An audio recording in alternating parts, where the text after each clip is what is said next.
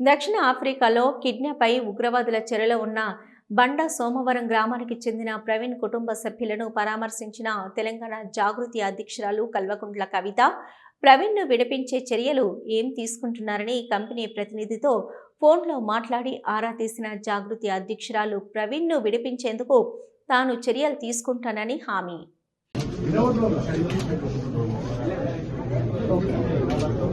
Embassy వాళ్ళు ఏమైనా help చేసిరా?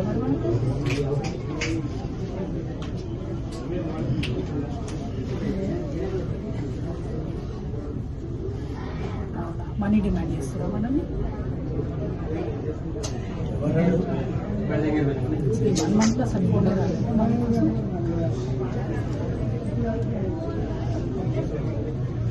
ఓకే ఓకే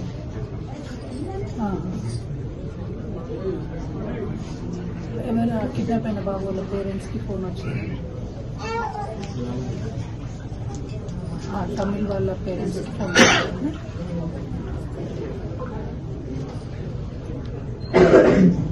అక్కడ అంబాసిడర్ ఎవరు ఉన్నారు? ఇంకా ఐడియా ఉందా? ఇండియన్ ఎంబసీలో అంబాసిడర్ ఎవరు ఉన్నారు? పేరు ఫోన్ నెంబర్ ఉందా?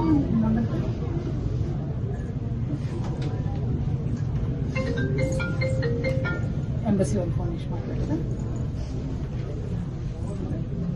ఓకే. ఇప్పుడు మన అంటే మొత్తం బోర్వెల్ అసోసియేషన్ కూడా ఒకటి ఉంటుంది అంట కదా అక్కడ. మనమందరం అయితే సిద్ధంగా ఉన్నాం కదా వాళ్ళతో మాట్లాడుతున్నాం. అంటే అసలు మనకే ఇన్ఫర్మేషన్ రాలేదు అంటున్నాం. అదే ఈ పేరెంట్స్ దగ్గరికి వచ్చినా అదే వాళ్ళు బాధపడుతూ ఉంటే మరి అసలు ఏంటి విషయం కనుక్కున్నామో చేస్తున్నాం.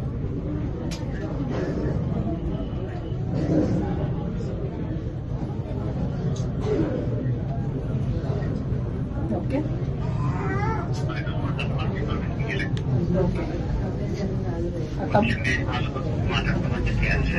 అంటే బాబుతో పాటు ఇంకా 4 తమిళ వాళ్ళని కిడ్నాప్ చేసిరా?